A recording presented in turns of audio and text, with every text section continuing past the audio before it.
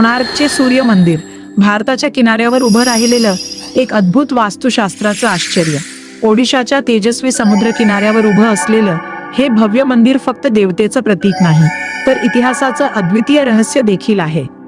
1013व्या शतकात राजा नारसिंगदेवाने आपल्या साम्राज्यात सूर्यदेवाच्या पूजेसाठी बांधायला सुरू केलेला हा भव्य चॅरियट शेप मंदिर तब्बल अनेक दशके चाललेल्या कामात पूर्ण झाला।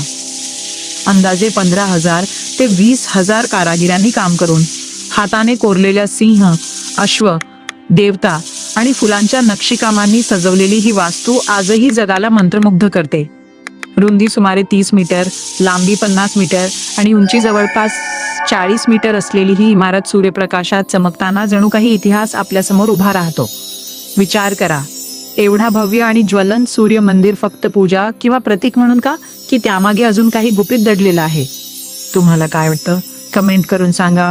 व्हिडिओ आवडला असेल तर लाईक करा, शेअर करा आणि सबस्क्राईब करायला विसरू नका।